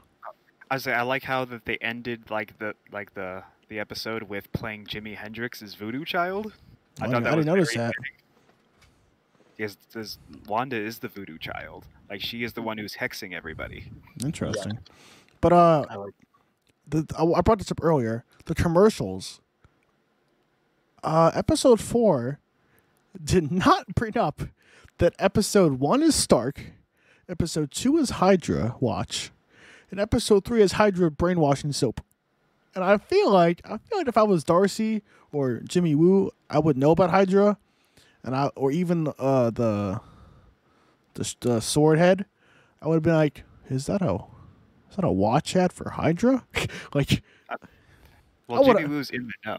Because he, like, on his board when he was doing his whole Pepe Sylvia thing, on the side there it said Skrulls ? So he knows about the Skrulls. I like how he just writes Skrulls? Bichungus? E? One thing that's really interesting is who's the person that Jimmy had in witness protection. That's something we have to find out. If you, there's one thing that I thought was pretty interesting is, so while Jimmy is posting people on the board, there are two people that don't have a counterpart. No, there are two people that don't have an ID card, and the two people are Agnes and Dottie. and Jimmy says that Dottie's a real person, but he doesn't have a file on her, and Agnes doesn't have an ID card. I mean, I think all the cards are in your favor of your theory, but you know, with this show being so different, I mean, maybe it's the big reveal, maybe it's for something else. But I mean, I definitely see her playing some sort of bigger role than what people originally thought from episode 1. Well, then I think we all can agree that this TV show is definitely rewriting everything in the MCU. Like, this is how they're going to bring in the mutants. This is how they're going to bring in the Fantastic Four. It's all going to come from WandaVision. Well, since we have talked about episode 4, I do want to bring up that, I don't know if you know this, Trail, you probably do, WandaVision was always supposed to be the prelude to Doctor Strange 2. Yep. Which stars Scarlet Witch as the co-star, allegedly. And it's the Multiverse of Madness. It's already been announced.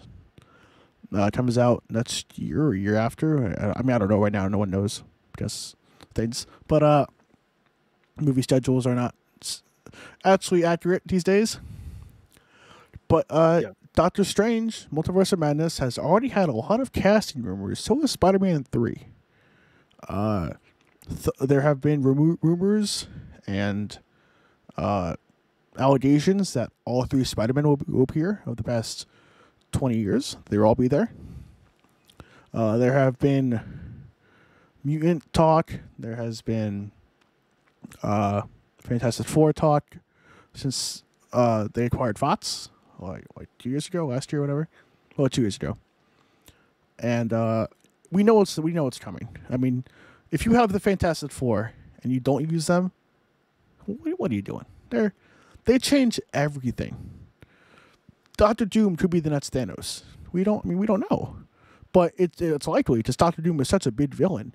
I mean, you've seen Fantastic Four movie and you've seen Rise of Silver Surfer. Doctor Doom is just, and we don't talk about the other one. We don't reference that. I haven't seen the new one. Please don't. It was honest. That's another story for another day. But I hate that movie. Worst movie I've ever seen in my life. And you see, Doctor Doom is literally not that big of a bad guy. If he's killed by not killed, well, I guess he kind of dies, but by literally 4 people, the same 4 people twice, like, and maybe the Silver Surfer's help, I guess, but like, he's not that powerful in the movies back then, but like, he's been a Marvel villain. He's done so much over the years since his introduction. He's gone toe to toe with some of the greatest villains and heroes. And so I think this is really leading up to something bigger than what can even be thought of as currently. Like, WandaVision, I'll be honest, I don't see a season 2 of WandaVision. I don't think any of the Marvel shows will have a season 2 except for Ironheart, maybe War Machine, and maybe Nick Fury shows. But because those are special shows. I mean, this one is like, this show I think is just a one of, but it's going to be the most important one out of all of them. Like, yeah, you might see Ironheart show up, then appear in the Avengers. Okay. This is changing things. And I also find it funny that Paul Bettany is the only actor in all of the MCU to appear in all 3 decades of Marvel. He was Jarvis, Vision, Vision again. Since 2009 to 21. Which is, I think, is very cool. And it's, of all people, I don't think Paul Bettany was really the one they had in mind to make it that far. But yeah, and like Terrell said early on, just the intro of episode 1 with all the endgame footage now a part of the Marvel intro. It's so great to see this stuff again. To see an original show for once from Marvel that isn't Agents of S.H.I.E.L.D. That never died. I never interested in it, and neither did Marvel. It's connected forever. It's not a Netflix show. This is actually going to impact Marvel forever. It is an absolute mainstay of the catalog. Everyone's watching it. Everyone's spoiling it. Everyone wants to know what is going on. When you have a story, a show with a dead character and a really OP character, and nothing adds up within the first 4 episodes. That's crazy. Like what is going on? We have no idea, and it's so big and it's so commemorative that this is phase 4 of Marvel. We have phase 4, right? This is the first piece we got of phase 4 too, because Black Widow was pushed back. So yeah, it's our introduction to phase 4. Yeah. And it introduces a ridiculous amount of stuff. I mean, Sword is showing up, which is crazy. We're gonna, I'm sure, get some Easter eggs to some new villains. Which is funny because, you know, the Skrulls were a very minor part in Captain Marvel, and it's not public knowledge, anything involving the Skrulls. But Jimmy Woo also wrote that on the board, which is very interesting. Like you said, a dead character being there. I went back and while you were talking, and I just scrolled through episode 4. Vision being out of, which is interesting. I didn't catch this. Vision was out of focus. Going back when I saw that scene, and I was like, purple. something's up. He was purple, which is crazy. So I think it really is just like a reanimated corpse, just fucked up. I mean, which also kind of leads me to believe, Jimmy Woo. I went back and I read some of what he was saying. He also mentioned that the witness was a he. So maybe it was which is funny. So which kind of gives me 2 ideas. Is this witness Vision's husk, or when Vision points out Herb, I think was his name, when he makes the joke that he's a communist, and he's just like, oh, what, do you know something? And I was just like, okay, like what's going? I don't know. Is this Black Widow related? Like I don't know. So could be Russian. So I was like, okay, that's pretty interesting. But yeah, no, I think that this has to be a one-off. I don't think that this is something that will hit the same twice. I don't think it's an idea that can really have the full weight that this is having, because it's so original, and it's such a spectacle too. Like it's such a mystery. We have never had this before. No. And the fact that I'll ask you this in a few minutes. A certain question. When we watch a Marvel movie, what do you expect, both of you? Like, what's the typical formula? You probably know it. You know? Yeah. I mean, you're gonna get some. You're gonna get like a interesting build up. Who's the villain? You're gonna get that. The team usually isn't together, and now we're back together, baby. But the boys. The boys are back in town.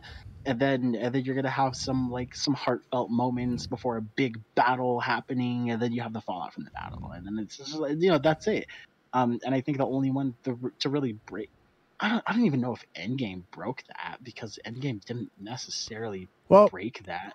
I think the last non-traditional superhero thing we got from any studio was Logan, and it didn't feel like a superhero movie, which is part of why I loved it so much. It was so depressing.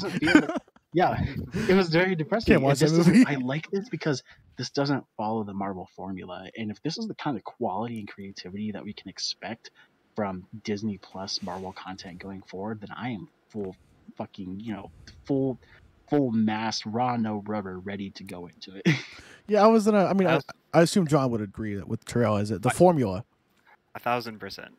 I mean, usually with these movies or with show or content.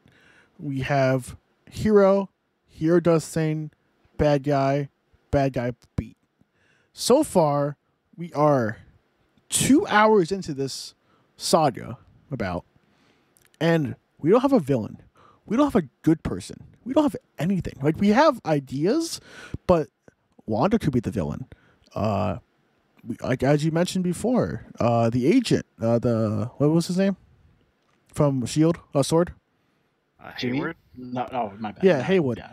Maybe he is a bad guy. Maybe he's sus. We don't know. Like, we don't know anything. And it's so unnatural. Now, I do want to ask a question for Terrell. I don't think John would be as bothered. Am I allowed to tell you who that character is who's going to be in a future episode? Is public knowledge? Oh, yeah, go ahead. Is that cool with you, John? Yeah, it's fine.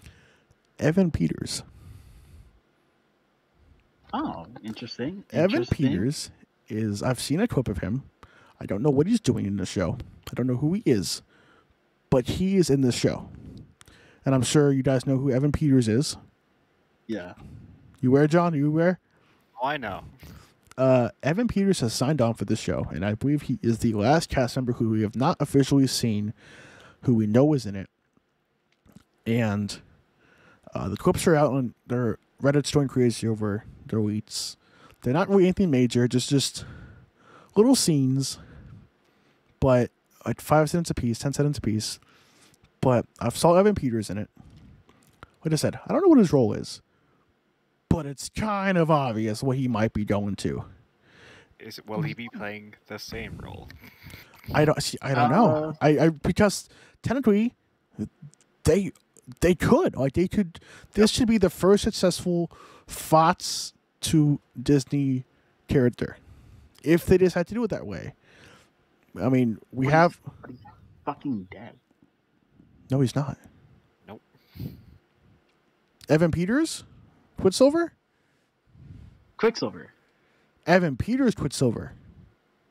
From X-Men. Yeah, but MCU canon, he's dead. Quicksilver's dead. But we're also going through the multiverse. Yeah, that's what I'm saying. With the rumor, if the rumors lined up, I mean, we already know Wanda is going to be co-star of Doctor Strange 2. Title of the Multiverse of Madness, where does anyone remember Doctor Strange's friend? His name? Wong? No, the other one.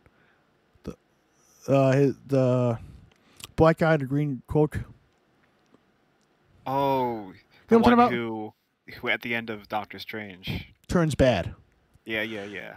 Allegedly, Doctor Strange 2 is going to be about Doctor Strange chasing this. What's his? I think it's starts with Mordo. Yeah, Mordo. As I say, it starts with M. There we go.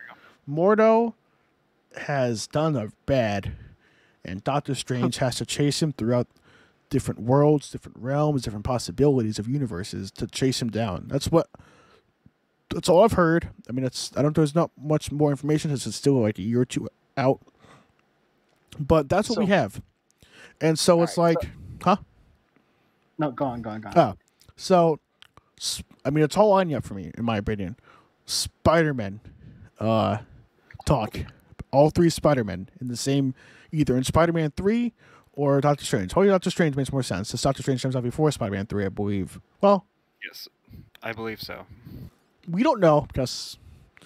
Well, they could move slots around because I know that they said that they had to change plans because of the pandemic. Yeah. I mean, They had to change storylines. I guess it depends on what they can film and win and most effectively. I know WandaVision is... Actually, I'm surprised they even came out when it did, honestly. But they took a lot of precautions. They did everything. And they probably started this before it became really bad. Oh, I'm sure. I mean, most of the show is probably special effects and post, and that's probably the biggest part. That I would assume. I mean, I assume as the further we get in the show, the more effects there will be, the more, all that stuff, all the post stuff. So, I've got to say, with Evan Peters, all right, here. There are two. There's really one big issue that I have with this, and then one confirmation bias that I'm gonna throw out there too. So my big issue with this is, if Quicksilver's gonna be alive, it doesn't make sense to me for Wanda's character arc to be, okay, Vision's alive, and so is Quicksilver, and then everything's wrapped up in a neat little bow. Like I don't fuck with that. Oh, I don't man. see Like, this being a happy ending at all. I I don't- see this I being don't like- an introduction to the multiverse. I I don't like think it. that she's going to like be so like emotional. There might be an emotional scene that causes her to end up breaking reality, and then maybe he comes through that way. I What? could that's- see that, but Because that's how Quicksilver? Wanda is in the. Oh, If he's- well, Quicksilver will come through that way, but Wanda has notoriously been not be able to control her emotions. I- And if there's like a scene that would happen in this show, I think that would be one. I Where can she breaks the multiverse. I can tell you if you guys really want to know what episode Quicksilver is in. I Or already Evan saw Peters. it I tell you, six. you saw it. I saw it episode 6. It is episode 6 out of 9. So So- this so- is a very early introduction of before the ending, and when It's considering just it's a little like too early for me. You know what I mean? Like if it's if it episode is 6, Quicksilver, we're just thinking it's Quicksilver. It could just be Evan Exa- Peters as Bill Bob. We don't know. Evan Yeah, Peters but as the it baby. could be a flashback. It could be all sorts of. I mean, time doesn't work normally in this. So and this it isn't a could- normal thing either. This is a very It definitely could special reality. So it could be, he's a baby and he grows up. I don't know. She raises her brother. Like, that'd be fucking weird. But this is WandaVision, so it's possible. And then, but yeah. My thing is, if Quicksilver's alive, Vision has to be dead. If Vision is Oh, it's a trade alive, for sure. then Quicksilver can't be alive. It could also be confirmation bias here. Mephisto pretending to be Quicksilver. It's everything. Gotta throw Mephisto in there. You see that napkin that just moved at a I'm wrong telling angle? you, man, I'm writing out for this, bro. I'm betting. I'm fucking hodling Dogecoin over here, putting all of it, into Mephisto coin. The baby's Mephisto. Quicksilver Mephisto. Have you guys seen the I'm point out? his husband, bro. It's Mephisto. Have you guys seen the Yo, point what out if we get to Vision's Halloween? cuff? What if we get to Halloween and somebody's just dressing up as Evan Peters? I don't know. Have you guys seen the Vision makeup error on his wrist meme? Yeah, I sent it in the Discord Yep. the other day, and I was like, "Are you serious?" Mephisto. That little piece of skin, that's Mephisto.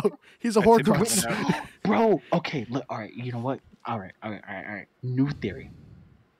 Witness protection. Jimmy will mention that it was he. Fucking Mephisto. Yep, has to be. Jimmy Woo, famous from the Pop Smoke song.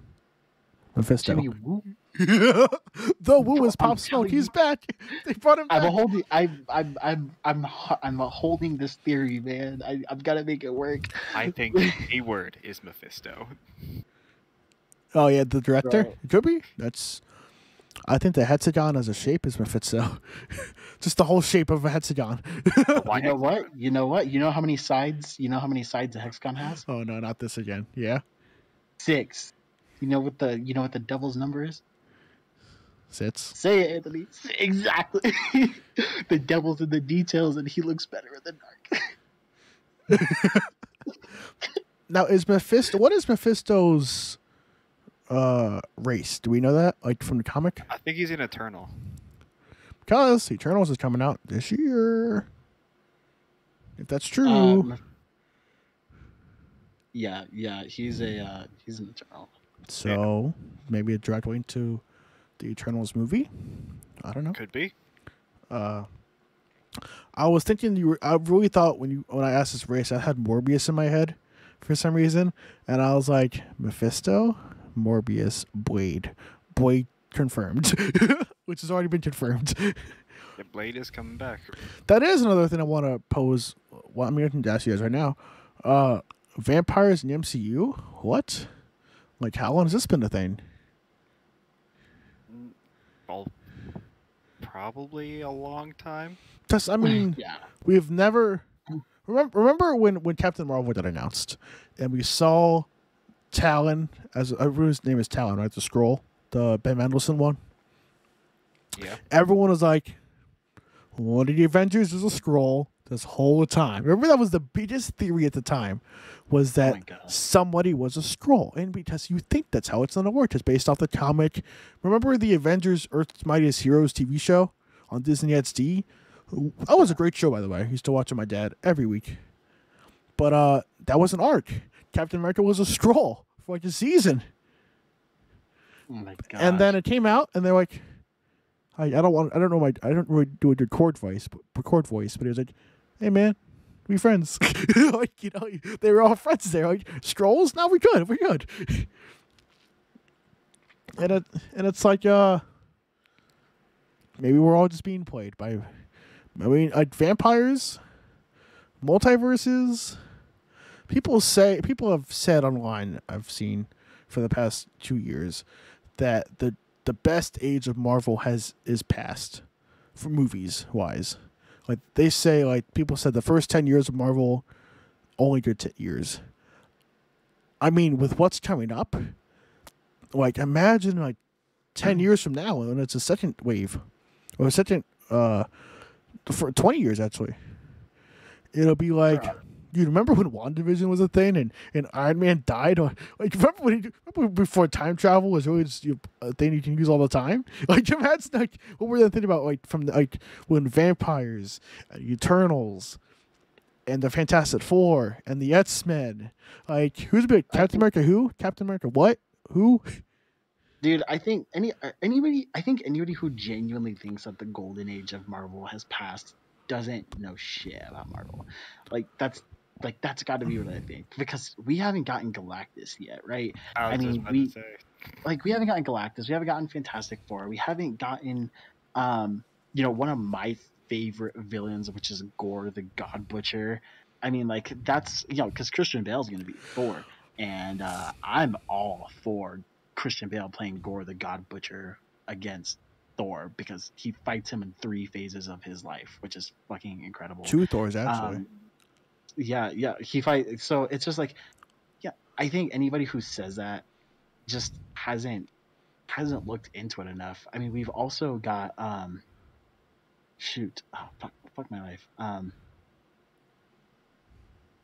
blanking so hard on the name right now. The son of Cyclops and Jean Grey, the daughter, Hope Summers. We haven't gotten Hope Summers, one of the most intriguing characters. And then when you look at, Fantastic Four would come eventually, and that means at some point we're going to get Franklin Richards. Like, we're going to get true omnipotent the real goats. Mutants. So Adam Warlock. I think anybody.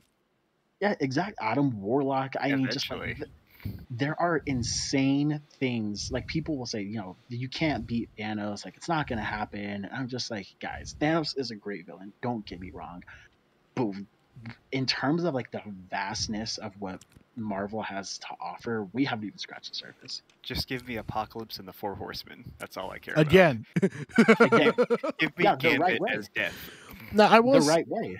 I will say that while people could be right about the first 10 years being hard to beat, I think they are the most tied to traditional Earth setting that you can get. I mean, Thanos came in very late. Guardians of the Galaxy came in about halfway. Thor was the only off-road person. So, like, at the beginning of the MCU, it was very like, ooh, gotta fight in New York. Gotta save the day. Avengers 2, gotta fight in a different country. Avengers 3, different planet. Let's go. So, like, I mean, bro, freaking Monica just mentioned, not Monica, Darcy just mentioned, they're like, oh, whatever, we have lots of enemies in space, and she's like, allies too, and I'm just like, again, and then instantly, like, she says, okay, well, enemies in space, like threats in space, that's what she says, and I'm just instantly in my mind, I'm just like, yeah, bro, like Galactus is out there, Gore is out there, like true threats to everything that are lurking out in space. Whoa! You didn't mention You didn't mention Malekith, the best elf of all time. Oh my gosh! I think the Skrull and Krees are gonna end up playing a big part, like Girls especially in have to. yeah, the Skrulls definitely, and the Kree. Like their war is gonna spill over to Earth. That'd be interesting. But yeah, it's like the first 10 years of Marvel have been absolutely amazing. There have been hardly any duds. And the ones that were duds, still very successful duds. If you can call it that. Like, I've never had a problem with any Marvel movie. I mean, yes, Iron Man is the worst trilogy. Well, we get it. But like Thor: Dark World, though. yeah, but Ragnarok makes up for everything, I think. I think mean, yeah, Ragnarok was my favorite movies, but I've only seen Dark World one time. same. But Ragnarok is like that's why I'm glad that some heroes are going to be stepping into the fourth stage in the more than 10 years. Like Thor is back, and whether he stays Thor or becomes Donald Blake and has Natalie Portman play Thor, either way, like there's just gonna be some cool stuff going on. And if this is like okay, I guess technically Spider-Man is the beginning of phase 4. We get that, but I mean, Spider-Man just isn't doing what WandaVision is doing. It's not that Doctor Strange isn't. I think Doctor Strange is going to be absolutely insane. That's the movie I look forward to the most. And being like the biggest Blade fan here, probably of the three of you, movie-wise, I don't know about comics, but like, I'm still excited for Blade. To see. I mean, I wish Wesley Snipes. I wish, but I can't have. But Marshall Ali, great actor. I loved him in Luke Cage. I haven't seen him in his other stuff, but like even Luke Cage. I mean, you guys have seen Luke Cage, right? Yeah, I haven't seen Luke Cage yet. Do you care if I spoil it real fast? You're good. He dies in the first half of the show. Like he's supposed to be the main villain, and he dies, and like you're still like, well, he was still a good villain. But yeah, like if this is the future of Marvel, and it's gonna be more weird, it's gonna be more. Apparently, Captain America and Winter Soldier, Falcon and Winter Soldier, I mean, is going to tackle a lot of social issues. We've never had that really come up. We've had like the first 10 years basically was like friendship, relationships, death. And this one's like racism, mental health. Like, what else? They're gonna be like they're doing so many good things in this already. I think it has to do with the movies being an hour and 30 minutes long, and trying to get all that kind of development in there, and have these mini-series be like close to 5 hours. So there's plenty of room to be able to explain. Yeah, this kind of it's honestly like I really wish Netflix, Marvel was still real. Doesn't exist anymore, unfortunately. Charlie Cott's Daredevil has been rumored to appear in Hell's Kitchen in Spider-Man 3. Just a rumor. But like, besides like even the Netflix shows, like I didn't really watch Luke Cage, but I saw not Luke Cage. I didn't see Iron Fist. I saw the first 2 episodes and kind of like. That was okay. That wasn't really for me. I mean, but I like watching the Defenders, Daredevil. Great. I haven't finished the 3rd season. Luke Cage season 1. I haven't seen the 2nd one. Jessica Jones. These are all great shows, and I'm like, The Punisher. I unfortunately haven't seen that one, but I plan on it. But like, they've really like cracking down on the formula of the next 10 years and like what they can explore. It's just crazy. Like, we've sat here for almost 2 hours talking about just 4 episodes of one show of the first 10 years. Like, isn't that crazy? Or that's the 2nd year, but you know what I mean.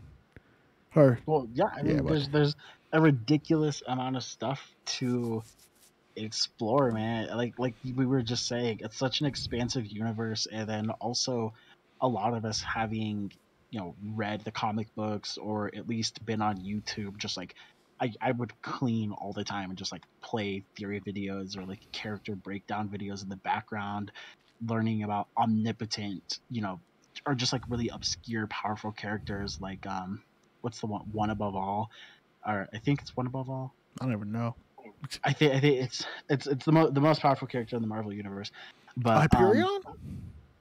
no, is he not that no. powerful?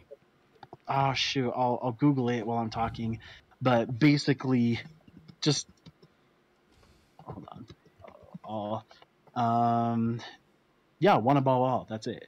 But he's the monotheistic supreme god of the multiverse, and he oversees the living tribunal.